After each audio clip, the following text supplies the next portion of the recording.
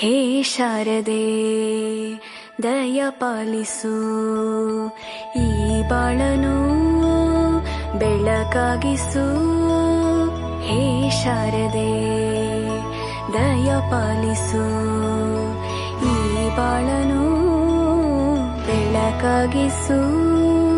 ನಾಳೆಗಳ ದಾರಿಯಲೇ ನಂಬಿಕೆಯ ನೆಲೆಯಾಗಿರಿಸು, ಮುನ್ನಡೆಸು.